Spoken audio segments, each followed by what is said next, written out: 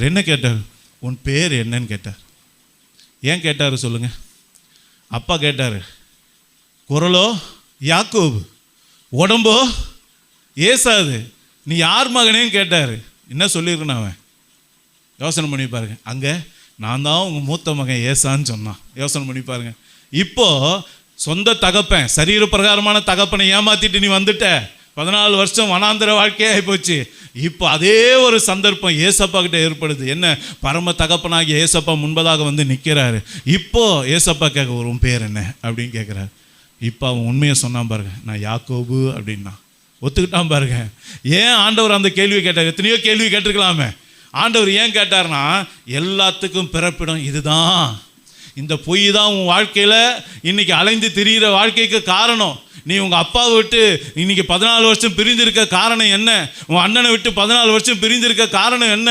சமாதானமாக வாழ்ந்துட்டு இருக்க அந்த வாழ்க்கையை விட்டு இன்னைக்கு எங்கேயோ போய் நீ தனித்து வாழ்ந்த காரணம் என்ன?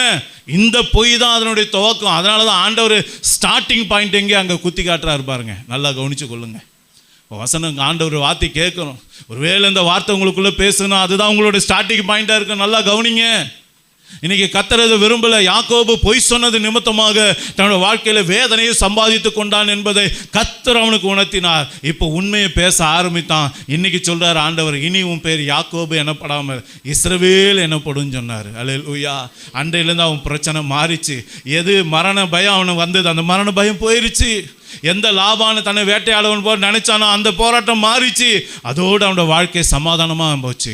அதுக்கப்புறம் அவனோட வாழ்க்கையில் அவன் எந்த விதமான பித்தலாட்டத்துக்கோ பொய்க்கோ மாய்மாலத்துக்கோ இடம் கொடுக்கல. ஏன்னா அவன் இப்போ பரிசுத்தரோட நடக்க ஆரம்பிச்சிட்டான், பரிசுத்தரோட பழக ஆரம்பிச்சிட்டான். அவனுடைய வாழ்க்கையில் கர்த்தர் இடைபட ஆரம்பிச்சிட்டார். அல்லேலூயா. யாக்கோபோட கர்த்தர் பேசுகிறான். என்ன செஞ்சாலும் ஏசப்பாட்ட கேட்டு தான் செய்வான். எகிப்துக்கு போகிறதுக்கு முன்னாடி கூட ஏசப்பாவை தேடி பார்த்தான்.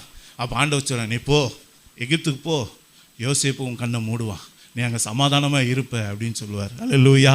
நீ என்ன செய்யணும் ஏசப்பா கற்றுக் கொடுப்பாருங்க. அதுதான் நம்ம ஏசப்பா கிட்ட இருக்கக்கூடிய ஒரு பெரிய கிருபை. ஒரு நாள் தோமா கர்த்தரை விட்டு பின்மாற்றமாக போனான். அந்த தோமாவுக்கும் வேதம் சொல்லுகிறது, கண்டு விசுவாசிக்கிறவன் விசுவாசி அல்ல, காணாமல் விசுவாசிக்கிறவனே உண்மையான விசுவாசின்னு சொல்லி அவனுடைய அவிசுவாசத்தை காட்டி கொடுத்தா. நீங்கள் தேவ சமூகத்தில் நெருங்கினாதாங்க எந்த பிரச்சனையும் காட்டி கொடுக்கும். விசுவாசத்தில் பிரச்சனையா, பரிசுத்தத்தில் பிரச்சனையா, அல்லது நம்முடைய பொய்யா, பித்தலாட்டமா, மாய்மாலமா, இல்லை உண்மை தன்மை இல்லையா, அல்லது நம்ம எங்கே நடிச்சுக்கிட்டு இருக்கோமா, எங்கே ஏதாச்சும் பெருமை வந்துருச்சா, மேட்டுமை வந்துருச்சா, இல்லை வேற ஏதாவது காரியம் வந்துருச்சா, எல்லாம் அங்கே வரும்.